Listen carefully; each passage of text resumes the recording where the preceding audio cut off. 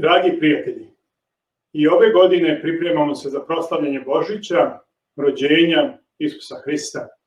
Ovaj put naše pripreme su nešto drugačije, ali radost ovog velikog praznika zasigurno nije niti može biti umanjena. Ovo je period pružanja zahvalnosti Bogu za sva dobra koja svakodnevno primamo od njega, ali i prilika da sa svojim bližnjima podelimo radost i koliko možemo olakšamo onima kojima je potrebna pomoć i uteha.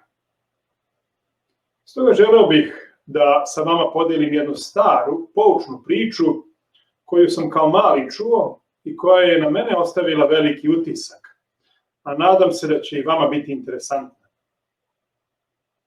S obzirom da mnogi od naših drugara još uvek uče srpski jezik, priču ću pokušati da ispričam na engleskom jeziku da bi je svi razumeli. Dear friends, as we are preparing for the celebration of Christmas, the Nativity of our Lord, we are remembering the love of our Lord Jesus Christ and everything that he had to undergo for our sake. For us, this is a period of thanksgiving, of the expression of joy and gratitude for every good gift that we receive from God on a daily basis. But it is also an opportunity to share our joy with our neighbor, especially those who are in need of our help and comfort. And the reason why we ought to share love and kindness with our neighbor is described in a story which I heard many years ago as a child, and which I would like to now share with you. Long time ago, far, far away, it was Christmas Eve, and the old Papa Panov, the village shoemaker, stepped outside of his shop to take one last look around.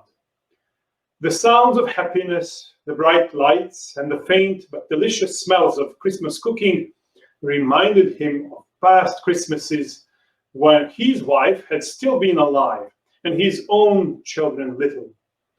Now they had gone. His usually cheerful face, with little laughter wrinkles behind the round steel spectacles, now looked sad. Papa Panov took the old family Bible and began to read the Christmas story. As he read, he felt comfort, and a desire arose in his heart to be with Jesus and do something for him as a sign of gratitude for everything that Jesus has done and suffered for our sake. Soon, Papa Panov felt tired, but as he was falling asleep, he felt presence in the room, and he immediately understood that Jesus came to him. "You have been wishing that you could see me, Papa Panov," he said kindly. "Then look for me tomorrow. It will be Christmas Day, and I will visit you. But look carefully, for I shall not tell you who I am." When Papa Panov awoke next morning, on Christmas Day, his heart was filled with happiness as he remembered the events of the last night. He felt that this Christmas would be special, since Jesus was coming to visit him. From the early morning, Papa Panov stood by the window of his shop and looked out in great anticipation. The street was deserted, except for the road sweeper. The sweeper looked as miserable and unkempt as ever, and seemed to be very sad that he had to work in raw cold, in bitter, freezing Christmas morning. Papa Panov felt sorry for the man. He opened the door and called to him, come in and have some hot coffee to keep out the cold." The sweeper, with much gratitude, came into the warm room and accepted the comforting warm mug.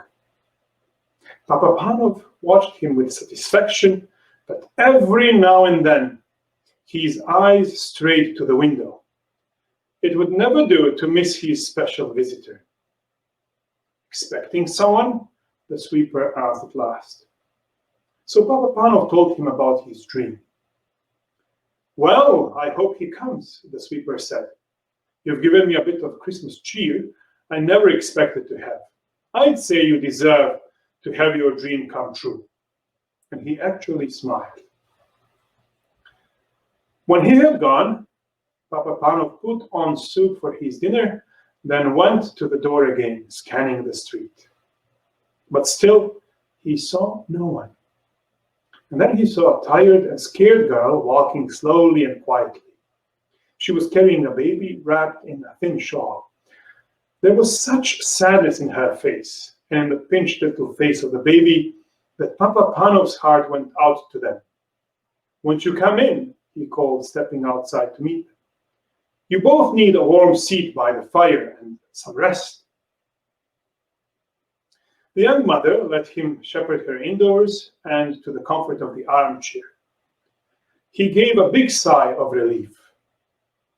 Papa Panov immediately warmed some milk and carefully fed the baby from a spoon, warming baby's tiny feet by the stove at the same time, while mother warmed herself up and had something to eat. Papa Panov even gave to the tiny baby shoes which he himself made years ago, so that her tiny feet would be covered in the harsh cold. "You have been so kind to us," the girl said when she got up with her baby to go. "May all your Christmas wishes come true."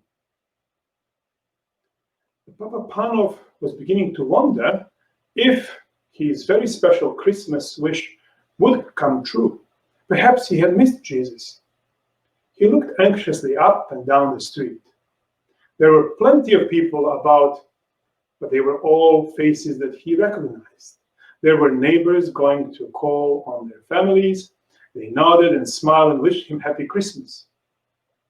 He saw beggars, and Papa Panov hurried indoors to fetch them hot soup and a generous hunk of bread, hurrying out again in case he missed the important stranger. And soon the winter dusk fell, but Jesus was still nowhere to be seen. Then Papa Panov finally sat down wearily in his armchair, thinking that his encounter of the evening before had been just a dream after all. Jesus had not come. Then all at once, he felt that he was no longer alone in the room. And this was definitely not a dream, for he was wide awake. "Who's there?" he called out, bewildered. At first, he seemed to see before his eyes the long stream of people whom he saw and met that day.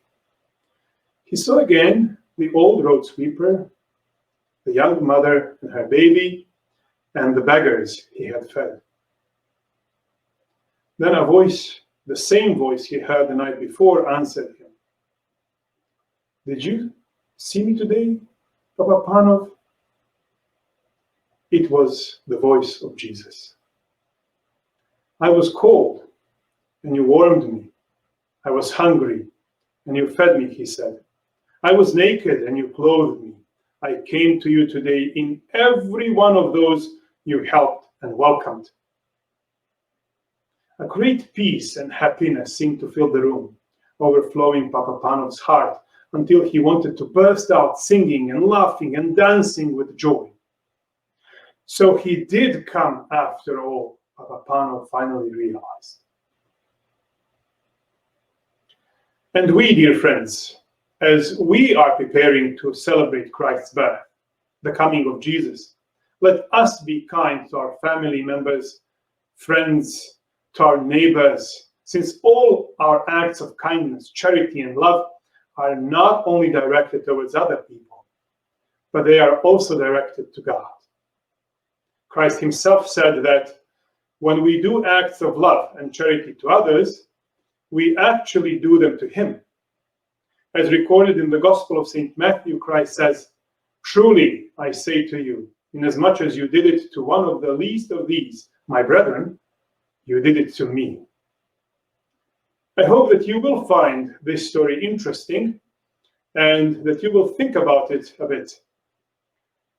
Maybe you would like to help Jesus by helping your moms and dads, sisters or brothers, family members and friends, or perhaps be kind even to complete strangers because When we are kind to others, we are kind to God Himself.